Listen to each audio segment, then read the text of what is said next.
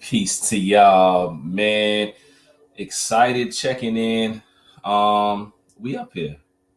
Unexpected. You know what I'm saying? Unexpected, really quick. Excited because I'm now able to stream in 3 different places at once. I'm learning step by step. Shout out to YouTube University. I plan on being a graduate one day. But basically, D100 TV is now streaming live to Facebook, YouTube, and Twitter. So don't forget to subscribe, like, comment, hit that notification button if you like content like I have here on this channel. Do a lot of content. If you don't know, maybe this is the first time you're coming across my content or my page. I do a lot of content about prison. I do a lot of Q&A. I love when you guys ask questions. You guys can ask questions now, as always, put in the comments. It's an interactive platform for people that have been impacted by incarceration as well as mental health and other things as well. Why? I think it's important. Good evening, Facebook user. I don't know if I can, I'm not sure if I'm gonna be able to see the names from the Facebook universe. But I can see some of the comments coming through, man. So shout out to y'all. Good evening. Definitely shout out as I'm seeing some of the people up here. Shout out to Emily Shelton, Ignite Justice. I'm excited. Quick updates. Yeah, couple of quick updates. I'm working with Ignite Justice here in Georgia.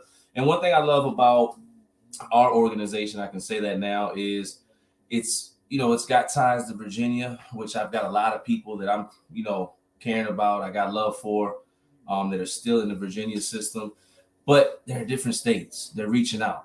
They're trying to get different people and organizations involved. There's no ego, and I like that. I think it's important and imperative that you can get with people that are diverse, can have a reach in different places you may not able to, and vice versa. And you come together, and then you see what you can get accomplished. So shout out to Ignite Justice. I'll be Monday at the Cupcake Eatery here in Atlanta, Georgia, East Point to be exact. Or if you go to my page, you can see the Facebook link for the live. It's up there. Where I'll be doing a story time with some other good people from the Atlanta area that are justice impacted people. Basically, we'll be talking about how incarceration, impacted us. We'll be talking about, actually, there's going to be a young lady that's going to talk about how having a parent being incarcerated, has impacted her.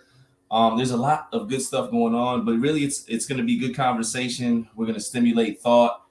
And hopefully we're going to, get the attention of some people that we need to get the attention of.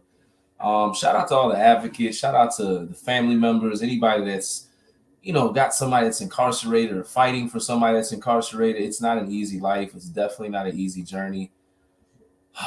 It becomes exhausting sometimes. But that's why it's imperative to kind of link up with other people, other groups, whatever it is, of people that are going through that same experience. So when you're having your down days, you can lean on them. Just a word to the wise. But shout out to y'all as I'm sitting here doing my Saturday night rant. The beauty in this right now, though, that I'm excited about is now streaming on three different platforms, able to basically increase the conversation, get more people involved, and bring people over from the other platforms to the other platforms. And shout out to everybody that's been following from TikTok, Facebook, onto the YouTube, as I'm now trying to build up the Twitter as well.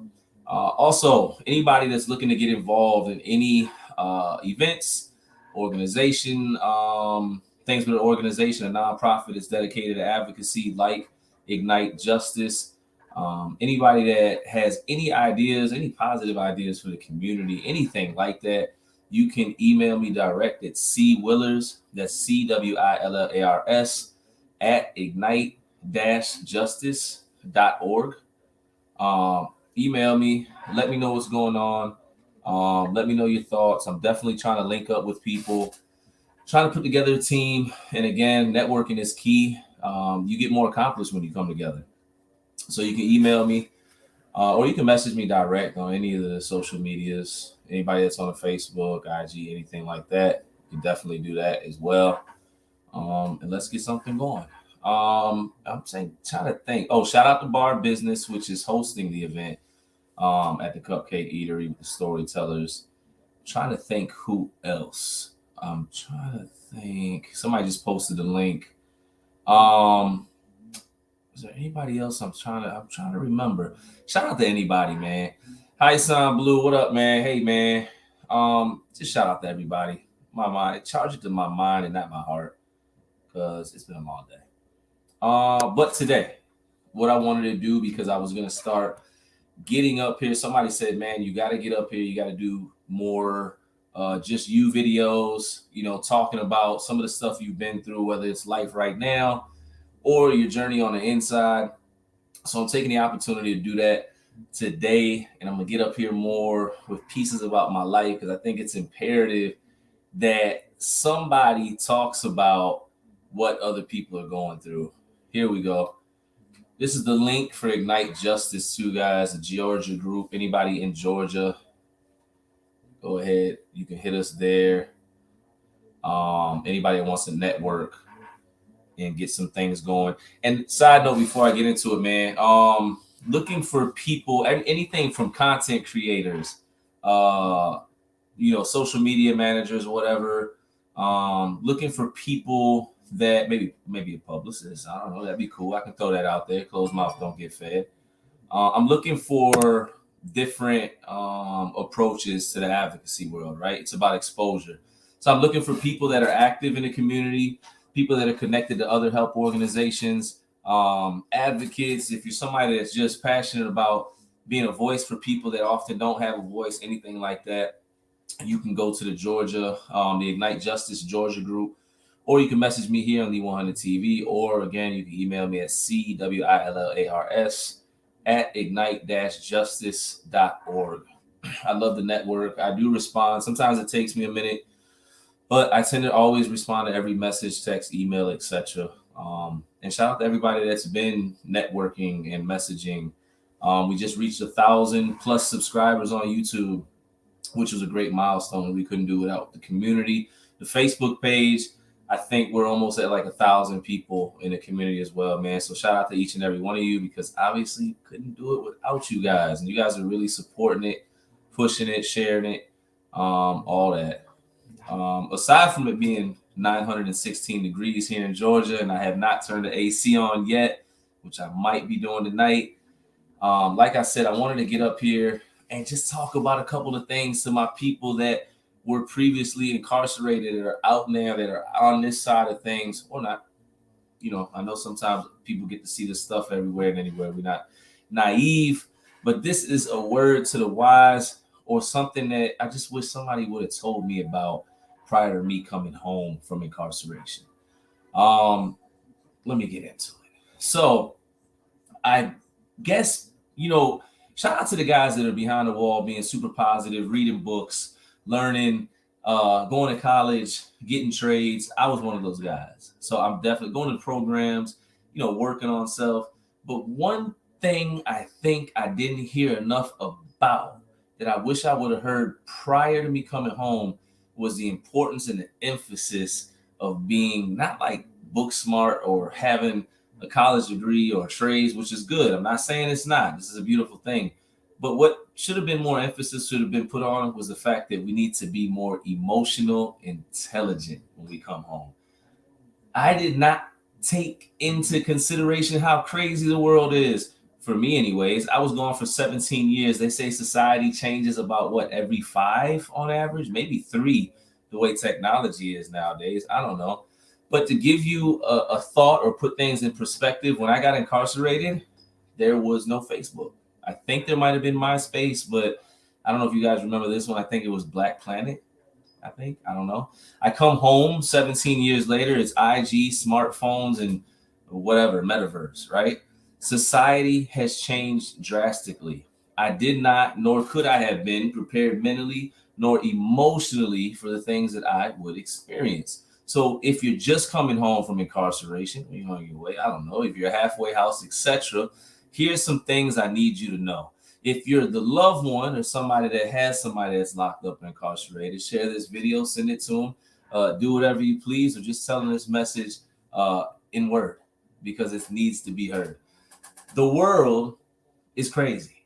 the world could possibly be more negative than prison. And some of you people out there are probably like, what the heck is he talking about? That doesn't even make sense. But I can assure you, prison, though it is violent at times, in a lot of ways, there's more respect in prison than there is in society. So sometimes when you're a guy or woman or anybody that's been incarcerated, especially for a period of time, you've been operating in a certain environment for so long. That's, let me be honest, in a lot of ways controlled. You're sheltered. You don't have to worry about things like flat tires and electric bills.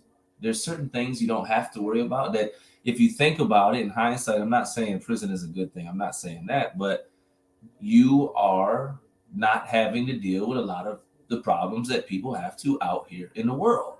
On top of, you don't know what society is about. You don't know how crazy it is out here. In prison, guys have a disagreement. We know it's going to be, back then, we know it's going to be a fight or it's going to be something. It's going to be something, right? But we know there's no guns. We know that, right?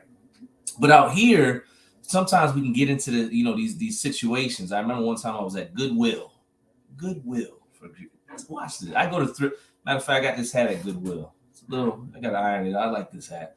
Shout out to thrifting. But we're at Goodwill. We're excited. My wife, we had found a stand-up dryer for our school. Right? Found it for $25. We're like, yo, that saves us a lot of money, at least $75, so we don't have to order it from Amazon. And I'm in front of her in the line, getting ready to check out. I'm pushing the dryer through, right? And all of a sudden, I hear this guy behind me. He's just cussing, you effing B, da da da. And whoa. And I turn around so fast because anybody that knows, man, I don't want no problems, right? But listen, it's my wife, right? And I don't know. I know my wife's behind me, and there's a man that's cussing and saying F and B. And I turn around, and thankfully, he's not talking to my wife, right? So I was good. I was blessed in that way. And I told my wife, though, because I was like, hey, just go ahead, go in front of me. I said, I'm going to stand right here between you and him, though, until I can figure out what's going on. We can get up out of here or whatever. Man, he keeps cussing, and I noticed he's cussing at the cashier. The cashier is a lady that works there. It's all women around me, and here I am, right? Coming from this environment in prison, believe it or not, there are guys, if somebody's cussing out a female CO, there's guys that'll say, man, what are you doing, bro? Depending on the situation. Guys might not want to admit it, but it is what it is. So here I'm out here now, and I'm thinking I'm doing a good deed. I look at the end of it, I say, hey, bro, just chill, man. Whatever it is, man, just get your stuff, and they might call the police on you. Oh, why'd I do that? Why did I do that? As soon as I said that, all of a sudden he said, man, F you, you B, I'm a give you that. He just started going crazy on me. And I'm like, and then he tells me how he did 5 years in prison and he doesn't care about stuff. And I'm like, oh man. Luckily, it got diffused. His homeboy came over and I don't know what was going on. And I actually think the guy had just came home and was at a halfway house.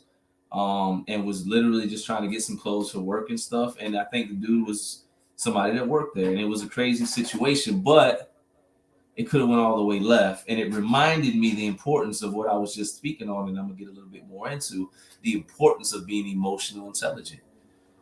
Let me see.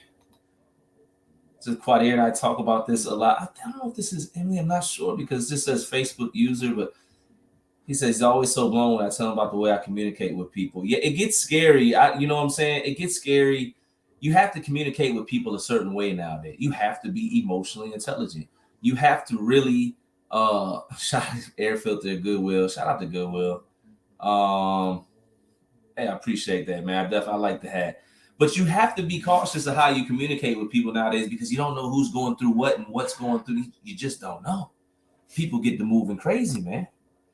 See if I can pull up some of these comments over here. Oh, that's Santia. I'm just quiet here. Yeah. Shout out to everybody that's on here, man. I'm over here. I'm still getting used to it.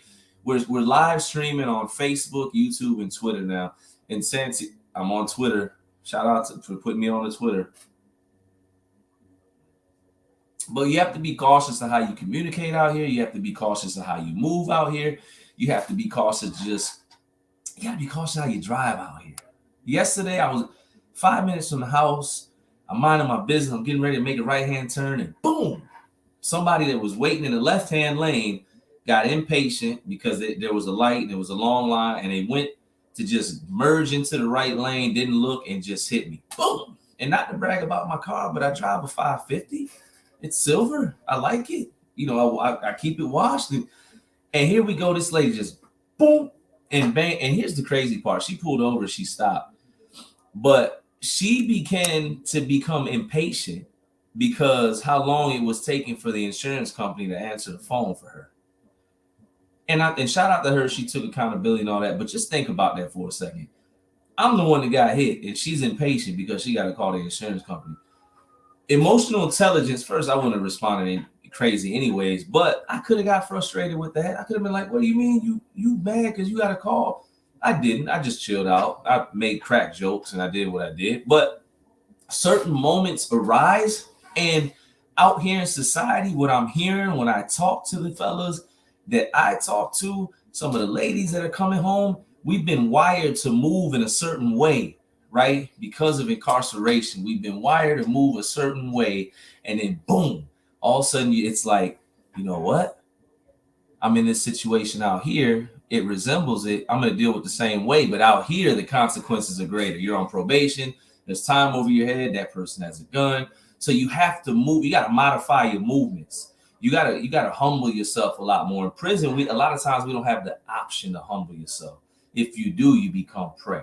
Some people are okay with that. They're okay with quote unquote being a victim behind bars. I myself and a lot of people aren't. So there's a point where you got to stand up for yourself. And then it's just like, you know what? I'm going to keep standing up for myself. It is what it is. So they back up off me. Out here, man, you got to let it happen. Yo, you got it. A young boy was speeding past me. He made an illegal maneuver.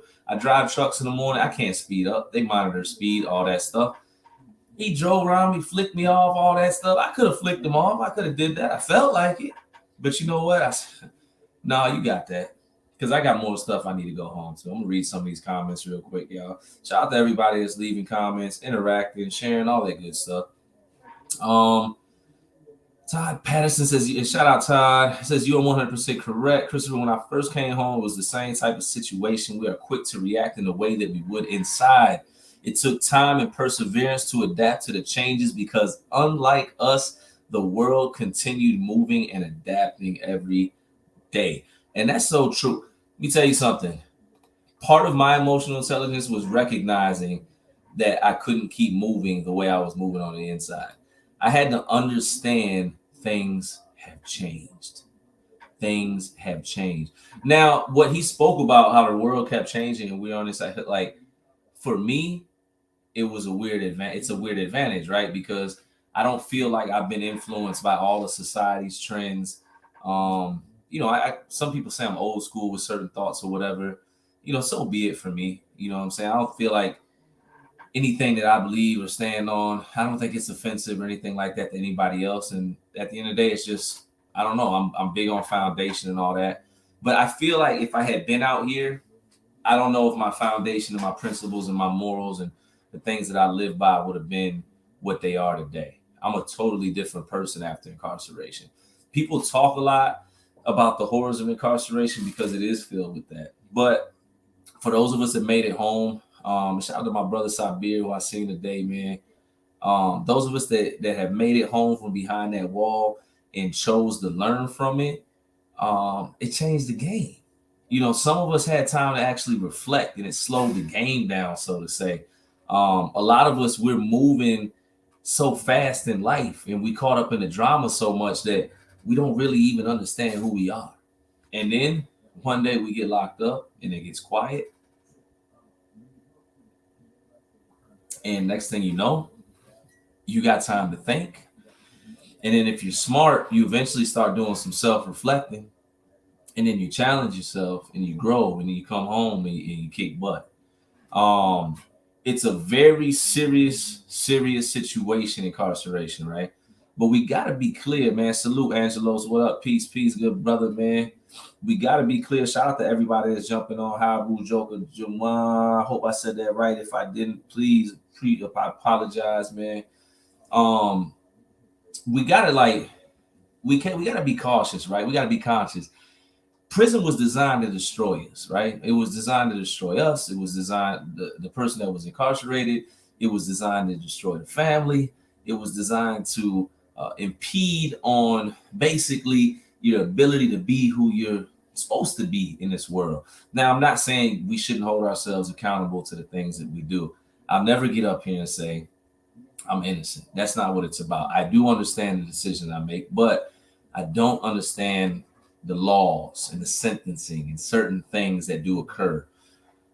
I understand it. I'm not going to say I do understand it. It's a system. That's why we say in prisons labor and in mass incarceration. I do understand it. I'm not going to. But what I'm saying is, when you understand that prison was this designed to destroy you and you made it out, you should use that as a reminder of how strong you are.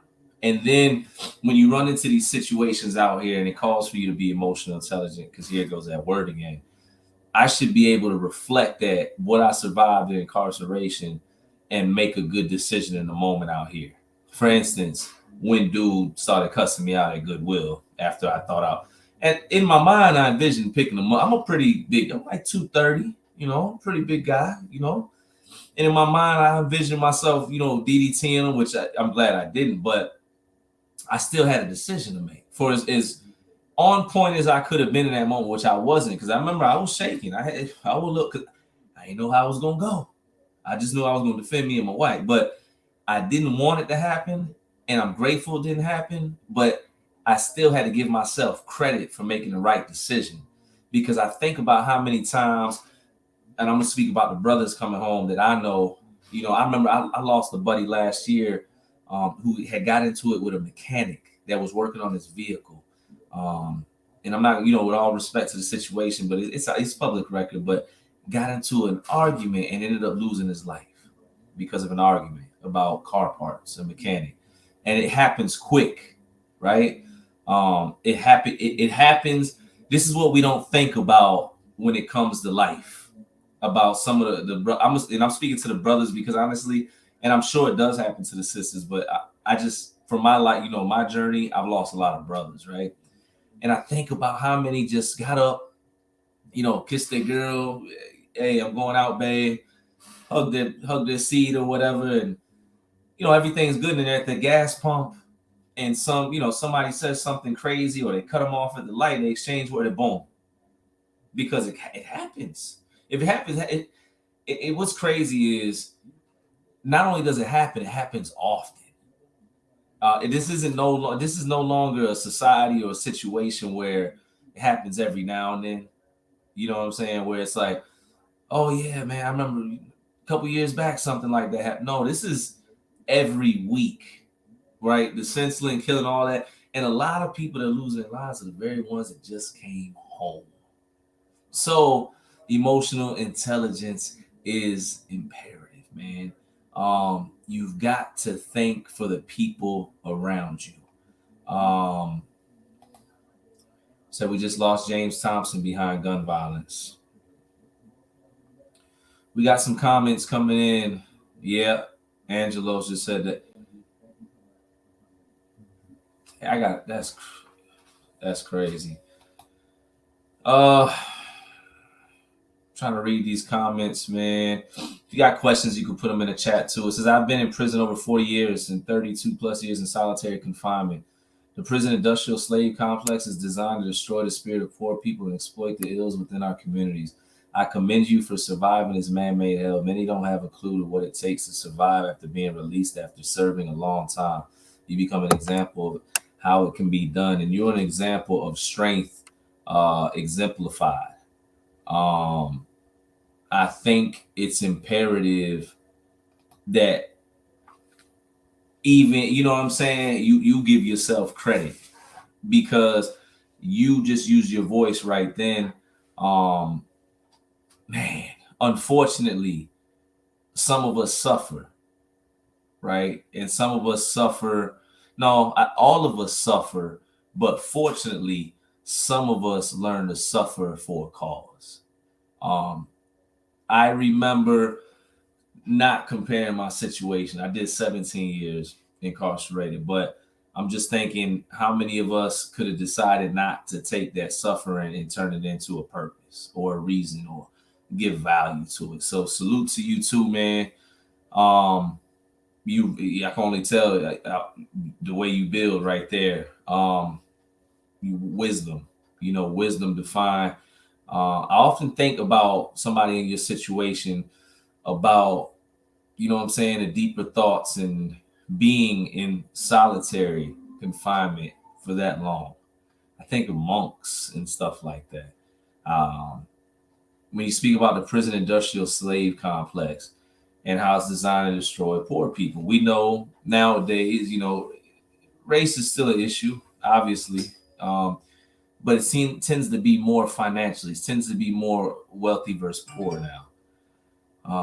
Impoverished areas are like a picking ground, no pun intended, for cattle, because that's how they look at us. When you think about it, you essentially, when you look at the prison industrial complex and what he's saying, it's slavery in 2023, right? It's always been slavery modified, and I'll give you a quick tutorial. I guess some brief bullet points for anybody that's on here as we kind of jump around. But when they quote unquote abolished slavery, then they brought in legal officials that could make arrests and all that, right? Then they came up with the judge and the jury and all this stuff, for lack of better terms. And the thing about it was, if you were black or brown, you couldn't be police, you couldn't be judge, you couldn't be jury. So if you did get arrested, you wouldn't be tried in front of a room full of peers. Sound similar? Anyways, so what would happen is these quote unquote police officers or lawmakers or whatever, they'd go around and arrest black people for crimes they didn't commit. Does that sound familiar? Okay. So, and then they would go in front of a jury of people that weren't their peers. Sounding okay. And then they go in front of a judge and be sentenced, right? So, and then while they were in prison, they'd be put to work. Sound familiar? And in some states nowadays, presently, when you're locked up, thrown in prison, you're put to work, you get paid 35 cents, 27 cents. Some states you don't get paid nothing at all. You're just out there. And let me explain something to you real quick so I can keep drawing up some of the comparisons. Slave ships, prison bus. Shackled on a slave ship, shackled on a prison bus. Your wrists to your waist to your ankles. Locked in to the prison bus from the outside. What is the prison? It's a plantation. What do most prisons have? Some sort of industrial work complex. It could be recycling centers. It could be embroidery centers. It could be picking. Shout out to Powhatan Correctional Centers. All the brothers that been through there and survived that, picking those fields. And guess what? The COs, they were up on their horses with their 6-shooters and their cowboy hats. And this was in the 2000s. When you look at how much money the prisons make, or the people that own prisons make off of prisoners, right? Guess what? They're making millions of dollars. So it's in their best interest to keep locking us up. So how do they do that essentially? Anybody that's not on point, I'm jumping around, I'm just giving you some bullet head. They do things like make sure we stay poor by making sure we are underfunded when it comes to certain areas of education. They make sure we continue to have mental health issues that are passed on through generation by making it hard for certain people to get mental health services. What else do they do? Well, not only do they try to commit genocide or whatever, or take you out by putting you in a prison cell, etc. It's the way they feed you in impoverished areas. It's everything. Just pay attention to what's going on. But the challenging thought, and shout out to Sabir, we were talking earlier, and this is random and off the mark because I'm going on my Saturday night rant. Even the impoverished areas don't have to be dirty and violent. They don't have to be that. We're still choosing a lot of times to make the environment that. We can definitely stop doing some certain things. But there is a system in place where it's kind of trying to pipeline you. Somebody just put, definitely, man, the educational system starts the prison mindset. It really does. When you think about schooling, the way it's set up is set to limit you, and then you look at educational resources and opportunities. You look at grant monies, etc. Look at the vast disparity between HBCUs and regular colleges. Just look at the funding and all that. Think of everything that's been going on in the news, what you see. That's an example. But it starts far before that. It starts in the elementary schools. It starts in the preschool. It starts there. It starts where they're not paying educators, where there's a high turnover rate with the teachers. It starts where there's no technology program there. So these students are stunned. It starts where they don't teach the students or the younger people financial literacy and the importance of it. It definitely starts there. It says Arkansas State Prison still use literal chain gangs while the inmates are picking cotton, clearly the fields, etc. The officers call riders on their horses with their rifles on you. Until recently, they still even had inmate guards to watch over you. Tell them about the gun line boss. Definitely. I already know because I experienced it in VA. Not to mention the reentry programs that the federal government provides grants for private or state-run facilities to house inmates in reentry. So much is given to these places, and they don't provide the inmates justifiable resources. I often wonder where the funds go. I wonder if there's a public audit. Is there something we can see so we can see? If it's taxpayers' money at hand, is there something where we can actually see a show and prove for the money that's being spent at certain places? Because if they give me a building and some of the money I'm assuming some of these places, oh my goodness.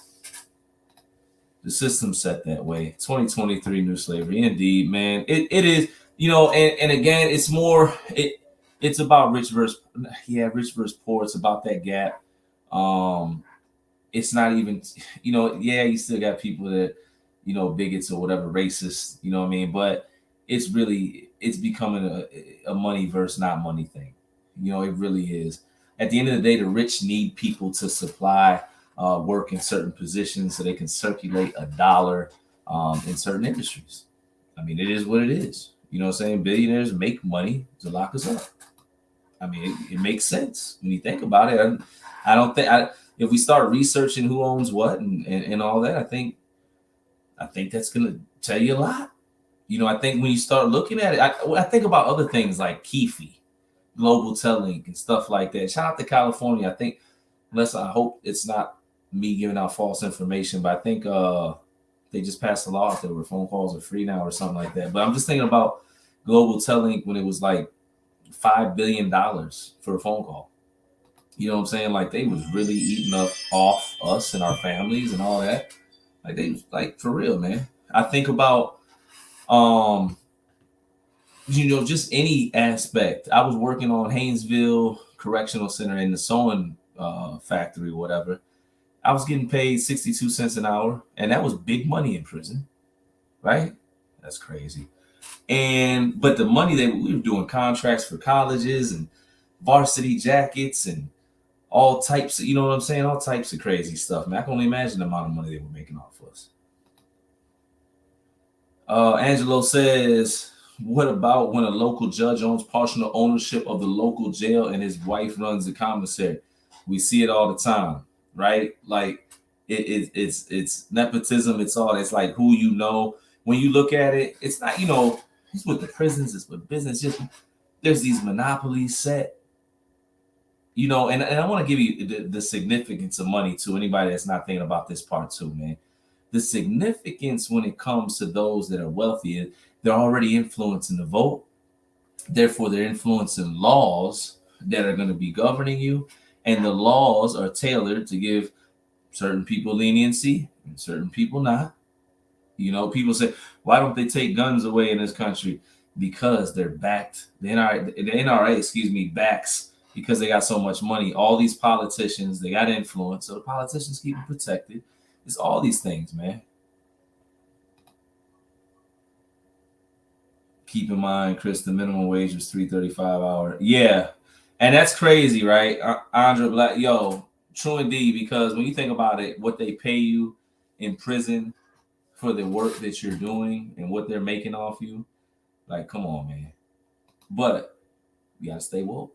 You got to pay attention. You got to understand what's going on. That's why we're up here talking about this stuff.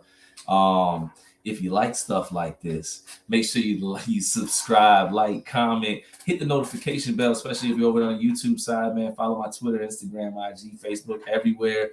More programming. Tuesday, we got Monique Jasenia, Mo Life, episode 1. You don't want to miss that. big advocacy event. If you got a loved one that's incarcerated, you got questions, we're going to be taking Q&A. Well, I'm going to be facilitating our special guest and Mo. They're going to be fielding questions or whatever. We're going to be doing a live call-in. So you're going to have the phone number posted, all that good stuff. We're going to get it in. So you definitely don't want to miss that on Tuesday. Monday, again, we're going to be at the Cupcake Eatery. I'll be representing Ignite Georgia, the 100 TV, all that good stuff, Ignite Justice. Basically, doing a storyteller event where I talk about how being a justice impacted person has affected my life. And I'll be up there with a few other good people.